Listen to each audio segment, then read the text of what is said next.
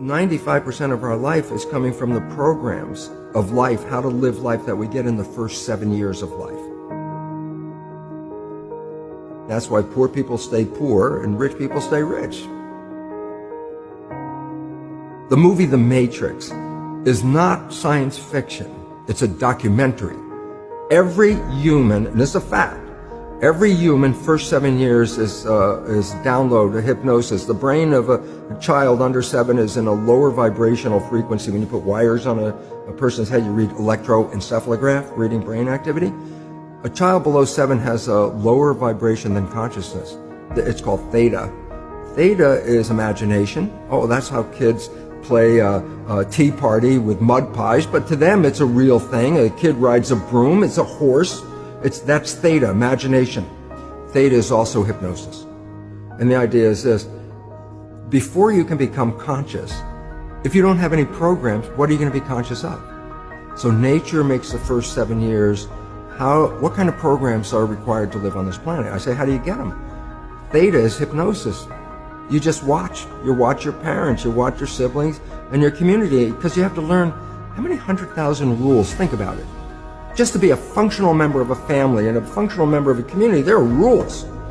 Teach an infant these rules. I say, oh, you don't have to. First 7 years, they observe it and just download it.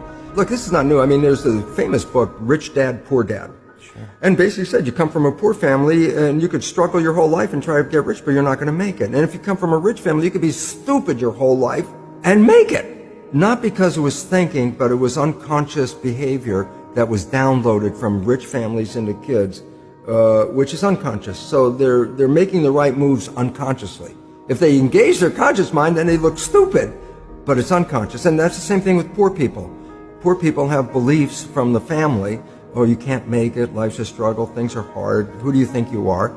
And if that's the program you get, then 95% of the day you will sabotage yourself. And that's why poor people stay poor and rich people stay rich, because the programming.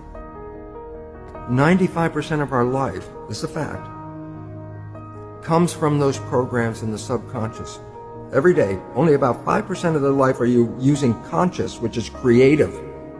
5%. So your life is being lived, even though you think you're living your life. Exactly, and you don't see it because it's called subconscious, below conscious. So you don't have to try and think about what happened. I just say, look at your life. The things you like that come into your life come in because you have a program that supports them.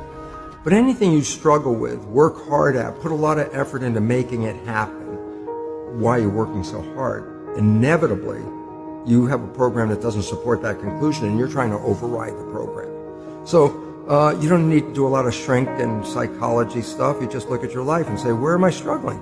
Because wherever you're struggling, inevitably it's a program in your subconscious that does not support that destination you've been looking for. The conscious mind is creative and can learn in any number of ways. Read a self-help book, go to a lecture, listen to this program, and conscious mind's going to get some awareness. And I go, yeah, but subconscious mind doesn't learn that way. I go, right, it doesn't. Subconscious mind learns in two fundamental ways naturally. Hypnosis, which is the first 7 years. And after age 7, how do you put new programs in? Repetition. Practice. You want to drive a car, you didn't learn how by just getting in the seat and put the key in. You had to practice driving the car. You want to learn the alphabet. How many times did you go from A to Z?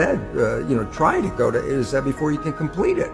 Once you completed it, you didn't have to go back and do it again. So 2 phases. You want to train the subconscious mind. Hypnosis, repetition. I like the last one because there's a new phrase that's bandied about called fake it till you make it. Meaning, if you're not a happy person, I say you want to be a happy person, then repeat all the time, I'm happy, I'm happy. I say, well, you don't look happy or anything. I say, no, who am I talking to? By repetition, I'm talking to subconscious. If subconscious gets, I am happy, and 95% of your life comes from that subconscious, there will be a point once the subconscious got, I am happy, you don't have to say it again. Okay. It'll be automatic. And that's why we see people do affirmations and gratitude journals and stuff, because if you do that daily... It's repetitive, and that's the secret part. Look, putting a sticky note on the refrigerator is more like a suggestion, but it's not a repetition. So it doesn't work very well. But you have to do... Repetition is a habit. it's making habit. So you got to do something religiously in the sense of repeating it to make it work.